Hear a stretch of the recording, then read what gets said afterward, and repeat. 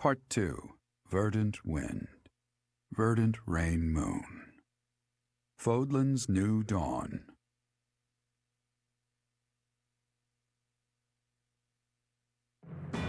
With the destruction of Shambhala, the ambitions of those who slither in the dark are forever shattered.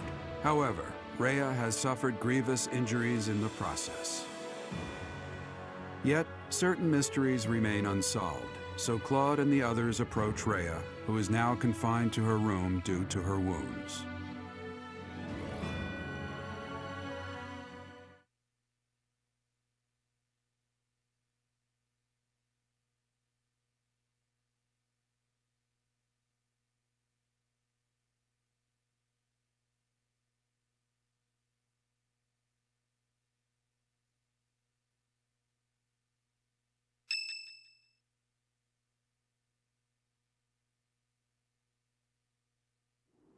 I am happy to see you two.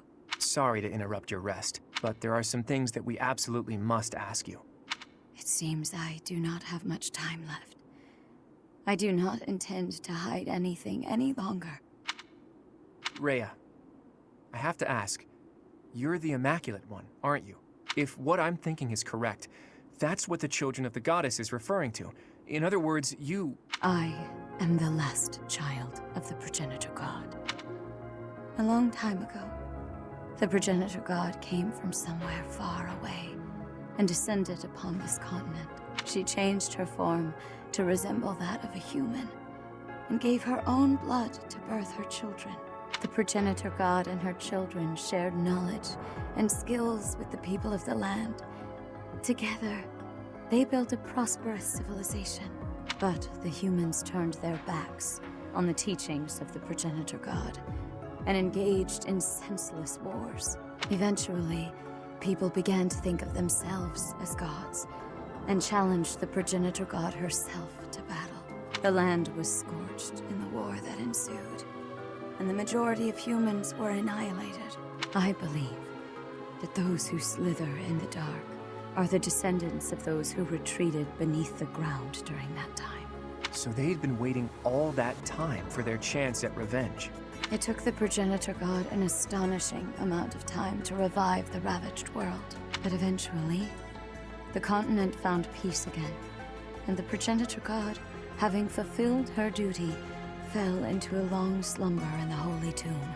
The children who stayed behind built a settlement in Xanadu to protect the Holy Tomb as they quietly lived out their lives. But then, Nemesis appeared, bringing tragedy along with him.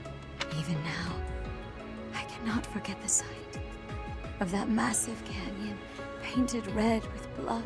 I was never able to forgive those who proudly wielded weapons crafted from the corpses of my brethren. I was the only survivor of Xanadu, and all I could do was wander across Fodlan, clinging to my desperate desire for revenge. I called myself Seros, fostered the founding of the Empire, and prepared to oppose Nemesis and his followers. Unbelievable. I put Xanadu behind me to gather the remaining children who were scattered across Fodlan. Finally, we killed Nemesis on the Tailteen Plains, and I took back the Sword of the Creator. Well, let me get this straight. Saint Seros is you? You're kidding me, right? Professor, Claude, there's something you need to hear right away. If you have something to report, do so at once. There's no need to let my presence worry you. As you wish. We're receiving a constant stream of express messengers from cities to the east. They claim that an unidentified military force is attacking, and that there have already been a large number of casualties. What? The reports indicate that the cities and towns along the East Gronder thoroughfare in the Old Rim territory have already been destroyed. Some villages were razed completely, leaving no survivors. Damn it! Did they come from Shambhala? Could it be that there were some remnants of that wicked group hiding there? I have a report.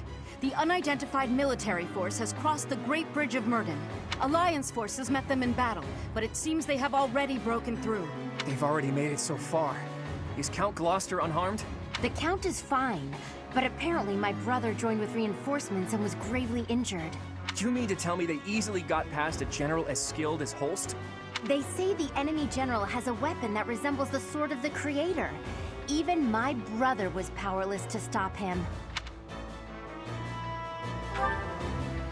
That's not possible. The enemy forces are flying a banner bearing the crest of flames as they continue their march west along the Aramid River. We believe they're marching toward Garrett Mark. We are preparing to meet them in battle. A weapon that resembles the sword of the Creator.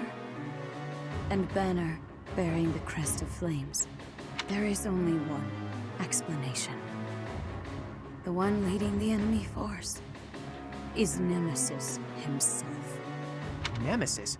That Nemesis? Do you really think the ancient king of liberation has been brought back to life? Perhaps the seal was broken when Shambhala fell. An incredible power that we children cannot hope to match dwells within the blood of the progenitor god. Nemesis obtained that blood, so it would not surprise me if that were the case. The blood of the progenitor god. That's right. He did take the remains from the holy tomb, didn't he? From the blood of the progenitor god, Sothis, he acquired the crest of flames. From her bones and heart, he crafted the sword of the Creator. The sword of the Creator is made from her bones and heart? The heart of Sothis is the crest stone that was placed in the sword of the Creator. The same is true of the crests of the 10 elites and the other crest stones. They were born of the blood and hearts of the progenitor god's children. Those who slither in the dark created them, stole them. Sothis never gifted that power to the humans. The crests of the 10 elites, the crest stones, and the heroes' relics. I can't believe those who slither in the dark made them all. And after that, Nemesis used the sword of the Creator to massacre all of the progenitor god's children in Xanadu. In other words, the citizens of Xanadu were killed by weapons made from the remains of their brethren. How atrocious. But I don't get it. The sword of the Creator that Teach wields doesn't have a crest stone. So how is Teach able to wield its full power?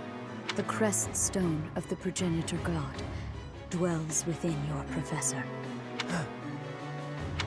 After I battled with Nemesis as Saint Seros, I reclaimed the heart of Sothis.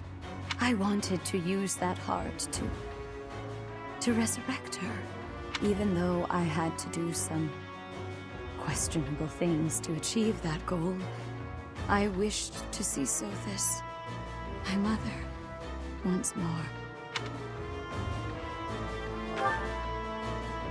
Yes, I believed that if I could resurrect my mother, I could regain all that had been lost. So, that's the truth of it.